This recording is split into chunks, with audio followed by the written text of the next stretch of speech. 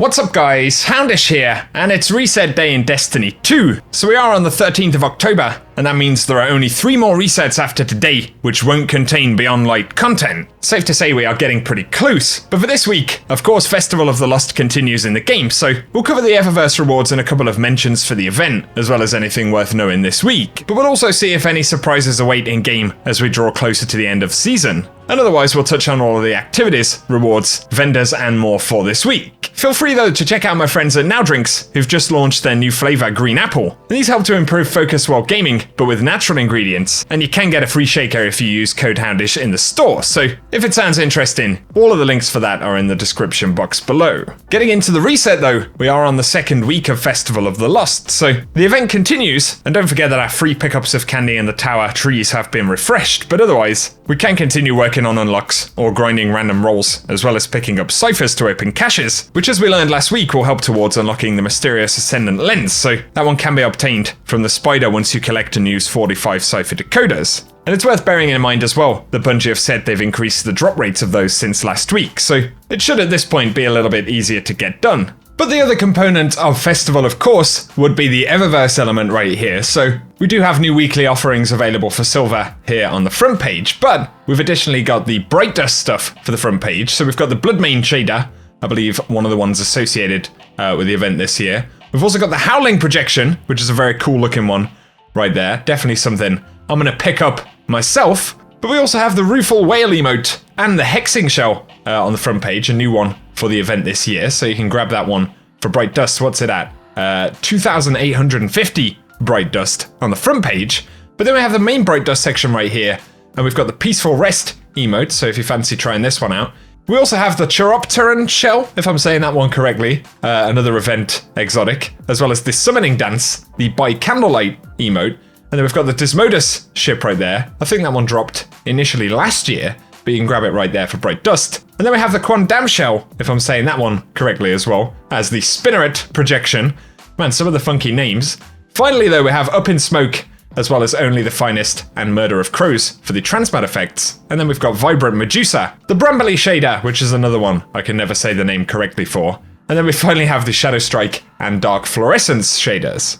The weekly quest to unlock the Interference mission is still available this week, despite the fact that we actually had the kind of last lore piece last week, so you can still get the Pinnacle drop, but also, if you need to catch up on any of the lore or the final mission, we are still able to run that for the time being. So it could be something to bear in mind, but otherwise, all the bounties and that good stuff have refreshed. And the location for the Contact event this week will be over on IO. For our Pinnacles though, don't forget that the playlist stuff has refreshed. Then additionally, we do have Triple Infamy available in Gambit, so that'll be an Infamy boost throughout the week. I believe Double Infamy up until Friday, and then over the weekend, we'll see Triple Infamy active, so could be useful to get done. This week's Ordeal Nightfall is going to be the Corrupted inside of the Dreaming City, so have fun if you do jump into that. But of course, we also have the traditional Nightfall, so we've got Lake of Shadows, and here you can randomly get the Malicious Birthright Grenade Launcher. We also have Inverted Spire though, where you can pick up the Trichromatic Ghost Shell, and finally, the Festering Core, and that one doesn't have a strike-specific drop.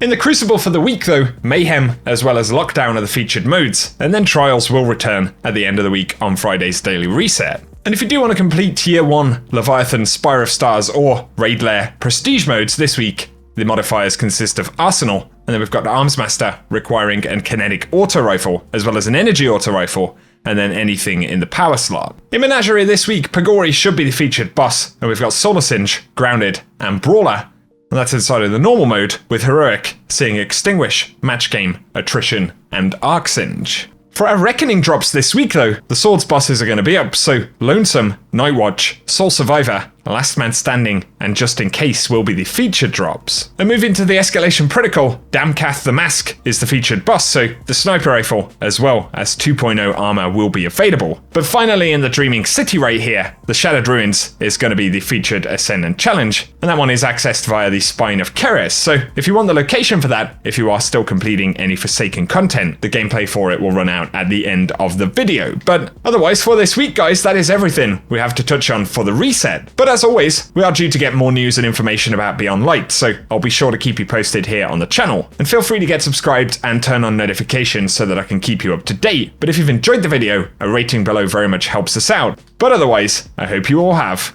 an awesome day.